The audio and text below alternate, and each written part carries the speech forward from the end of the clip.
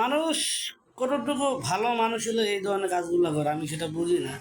এক নারীর দুই স্বামী,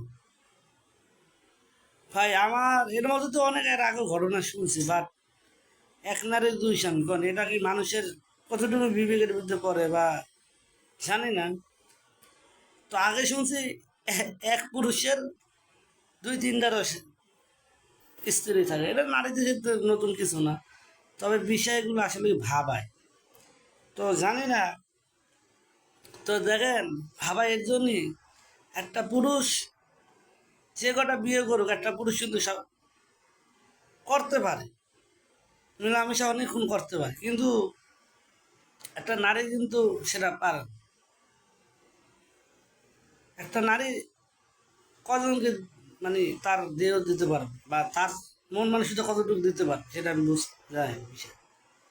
তো এই জন্য বলি যে বিষয়গুলো ভাবা এর জন্যে যে জানেন আপনি একটা মহিলার দৈনিক বাচ্চাকে একটা মহিলাকে দিতে পারবে, একটা বাচ্চা হলো তারপরে সাথে সাথে আটা দিতে পারবেন?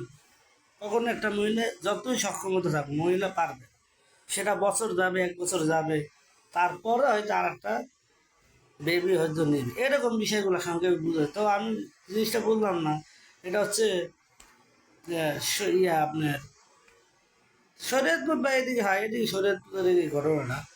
তো মহিলা নিজেই জানে না যে তার বাচ্চার পিতাকে, মহিলা নিজেই জানে না তার বাচ্চার পিতাকে। এই জন্য বলি ভাই, যারা দুইটা তিনটা বিয়ে করেন তো একটু বুঝে শুনে বিয়ে, একটু সাবধানে বিয়ে করেন। কেন লাস্টে এই মহিলার দোষ হবে কেন জানেন?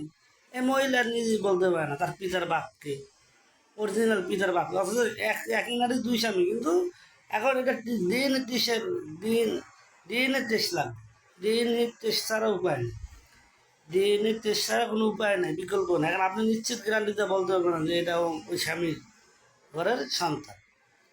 তো এই জন্য বলে বিয়ে করলে সাবধানে করতে হবে, দুই তিনটা যদি বিয়ে, নাহলে এই মহিলার মতন দোষা হবে, মরতে হবে। আশা করি বুঝতে পারো।